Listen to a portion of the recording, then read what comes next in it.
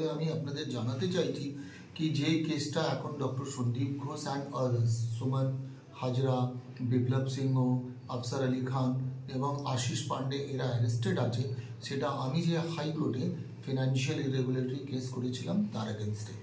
এবং দেখা যাচ্ছে কি যখন সিবিআই চার্জশিট দেয় তখন চার্জশিট গঠন হয়নি, বিকজ ডক্টর আশিস পান্ডে আর ডক্টর সন্দীপ ঘোষ এরা হচ্ছে গভর্নমেন্ট অফিসার, এদের ফেভারে বা এদের এগেনস্টে যেটা এনওসি দেওয়ার কথা ছিল, অ্যাপ্রুভাল দেওয়ার কথা ছিল, সেটা অ্যাপ্রুভাল দেওয়া হয়নি। এবার আমার ভীষণ ভয় লাগছে, একটা কেসে সন্দীপ ঘোষ অলরেডি বেল পেয়ে গেছে। আপনারা জানেন কি এটা আমি বলতেই পারি, আপনারাও বলতে পারেন কি ডে ওয়ান থেকে ডক্টর সন্দীপ ঘোষকে সামহাউ প্রোটেক্ট করার চেষ্টা করা হচ্ছে।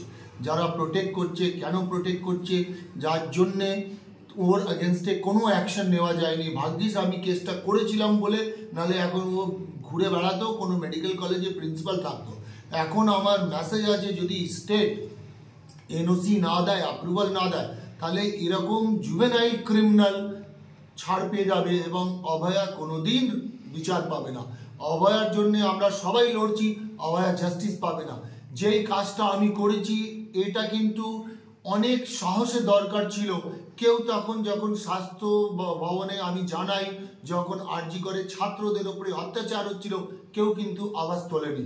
আমি আমার প্রাণকে হাতে রেখে, স্টেকে রেখে, আমার চাকরিটাকে দাওয়াতে লাগিয়ে আমি কেস করলাম। আমার কেসে ওরা অ্যারেস্ট হলো। এখন যদি ওরা এই এনওসি না দেওয়ার জন্য যদি বেল পেয়ে যায়, তারপরে দেখা গেল কি কারাপশন আরো প্রমোট হবে, আরো কারাপশন বাড়বে, দুর্নীতি বাড়বে, আরো ছাত্ররা মানে ভিক্টিমাইজ হবে।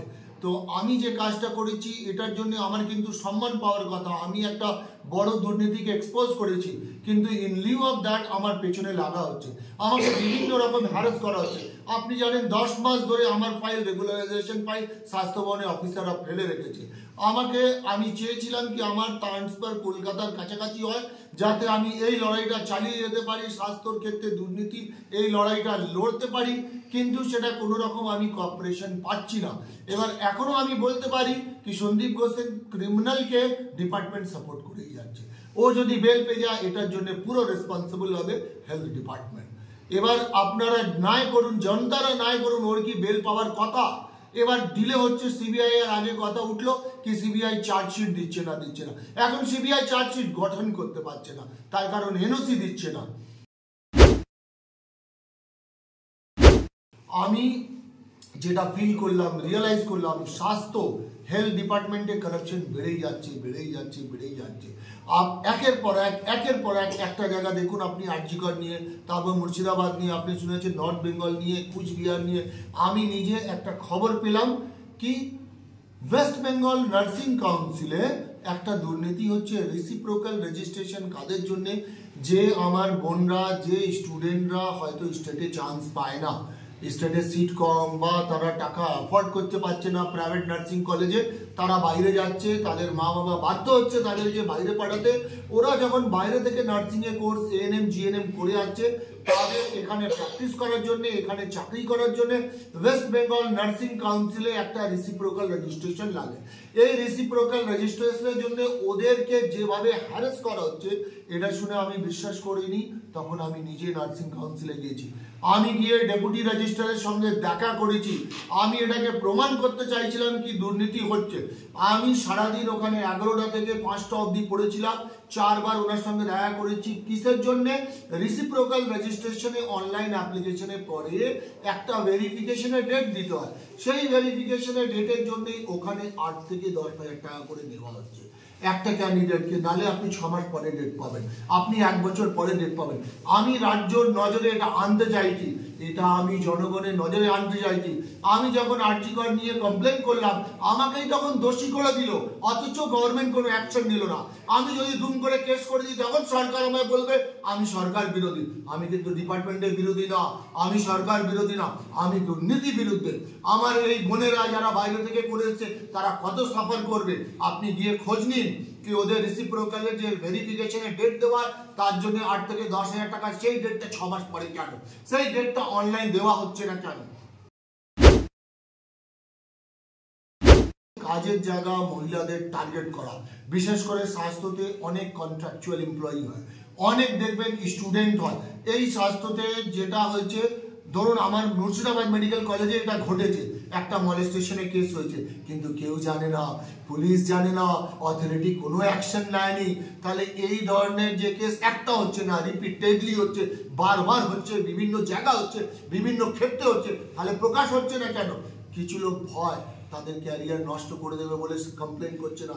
কিছু যারা বিবাহিত মহিলা তাদের হাজবেন্ডের পারমিশন পাচ্ছে না, যারা ফ্যামিলি ওম্যান, যারা ধরুন বিবাহিত, যারা হাউসওয়াইফ, তারা সে ভয় কেউ হয়তো নিজের ক্যারিয়ার নষ্ট করে দেবে মিডিয়ার জন্য।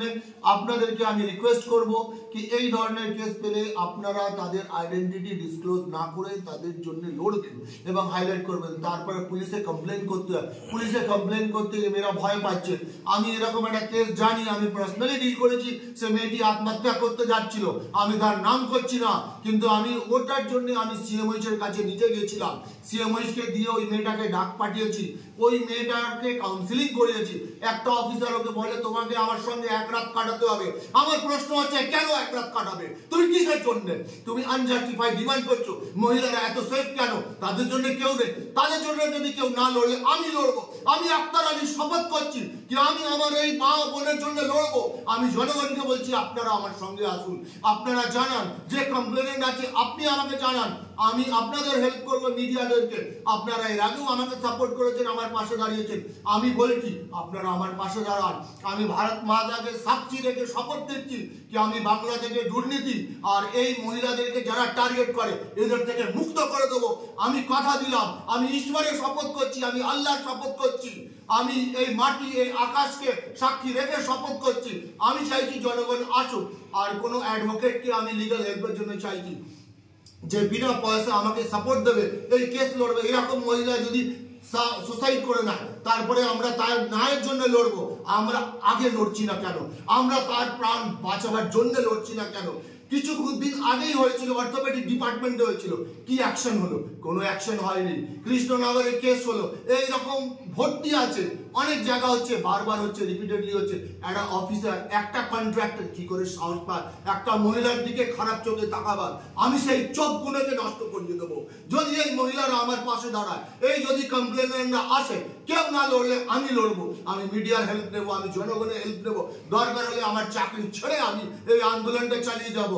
ইন কামিং ডেজে আমি আমার এই লড়াইটা আরো শক্ত করব। আমি এই বাংলার মাটির ছেলে, আমি মাটির আমার মাটি, আমি রেডি আছি। আমি এবার ঋণ চুকাবো, আমি দেশের জন্য কিছু করব, আমার স্টেটের জন্য করব।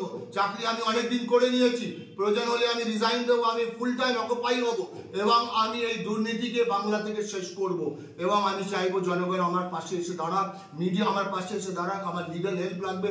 কোনো অ্যাডভোকেট যদি ইন্টারেস্টেড থাকেন বিনা পয়সায় কেস লড়তে, ওনাদের আমি ওয়েলকাম করব, ওনাদের হেল্প নেব। কোনো যদি এনজিও, একটা এই মেয়ের ব্যাপারে আমি একটা এনজিওকে ফোন করেছিলাম, কনসার্ন ফর কলকাতা, ও জানে তার মেয়ের বাড়িতে রাশন ছিল না, তার কারণ ওই অফিসারের সঙ্গে রাত কাটায়নি বলে ওকে স্যাক করে দিয়েছে। এই কন্ট্রাকচুয়াল ওয়ার্কারদের উপরে কেন অত্যাচার? এই স্টুডেন্টদের উপরে কেন অত্যাচার? সেই অত্যাচারীরা এর সাহসটা পাচ্ছে কোথা থেকে? তার উপরে নিশ্চয়ই কিছু বড় মাথা হাত আছে। এই বড় মাথা কেন ওদেরকে সাপোর্ট দিচ্ছে? এই পুরো চ্যান সিস্টেমটাকে ভেঙে দেবে।